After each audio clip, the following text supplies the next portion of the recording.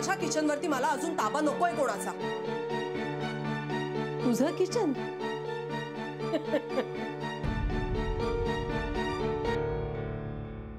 अगं तुला रोजचा साधा स्वयंपाक तरी धड करता येतो का?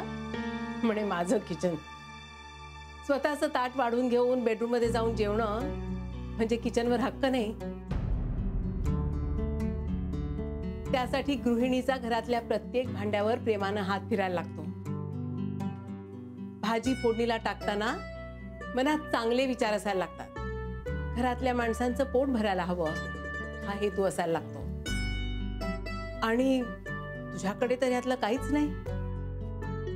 नानीजी राहू दे ना, आपण बसूया बाहेर। थांब राधिका, थांब। या घरात काय करणार, कोण करणार आणि कसं करणार हे आता मी ठरवणार।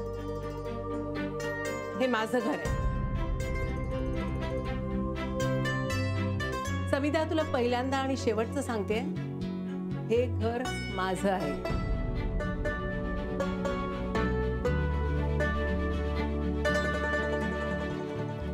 राधिका माझी मुलगी आहे आणि या घरात स्वयंपाक करण्याचा अधिकार मी तिला दिलाय।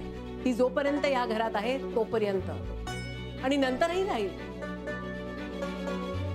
तुला याचा फारच त्रास होत असेल ना, तर तू इथून जाऊ शकतेस किंवा स्वतःसाठी वेगळा डबा सांगू शकतेस। वा नानी, आता तुम्ही मला हिच्यामुळे बोलायला लागलात ना? ही इथे राहते म्हणून चांगलं तोडसूक घेताय माझ्यावर। अगं नाही, मी फक्त समज देते तुला। आणि सासू म्हणून तेवढा अधिकार तर आहेच मला, हो की नाही? गुरुनाथ राधिकाशी जसं वागलाय ते पाहता ताकही फुंकून प्यायला पाहिजे। आतापर्यंत नानाजी तुला बोलत आले, मी त्यांना थांबत आले, पण आता नाही।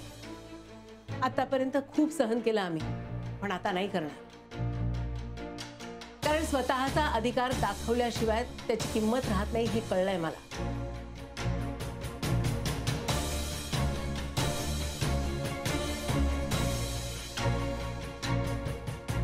राधिका बाळा, तू नको मनाला लावून घेऊ।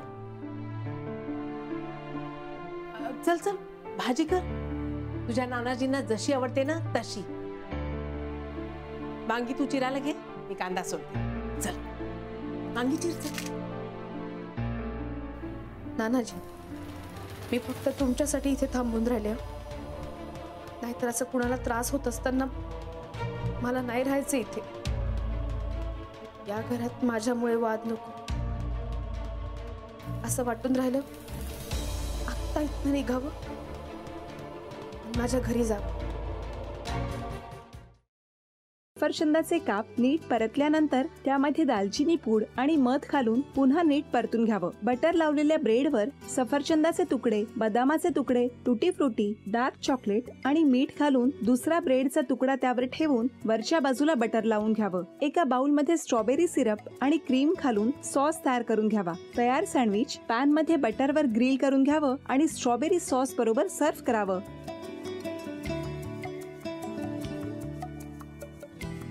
हे जेव्हा बोलत होते तेव्हा मी बघत होतो की या दोघांनी स्वतःचा संसार उभा केलाच, पण स्वतःच्या संसाराबरोबर अनेकांच्या आयुष्यात आनंद निर्माण केला।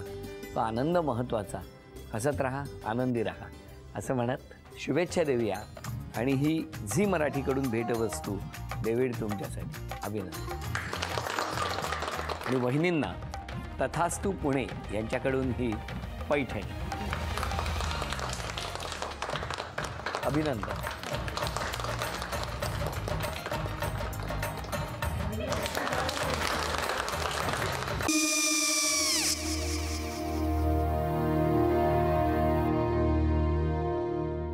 काय गो?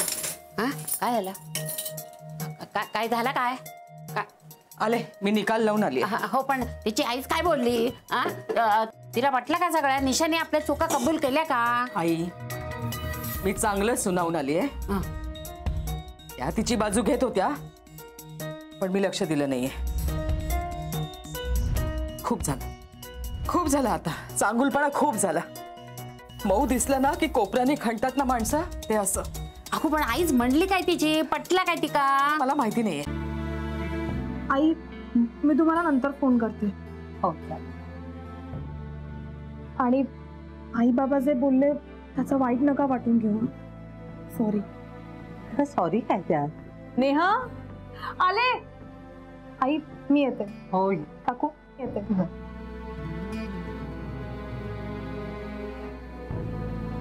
सावकाश जाग. हो हो. मग काय काकू, कधी उडवता लग्नाचा बार?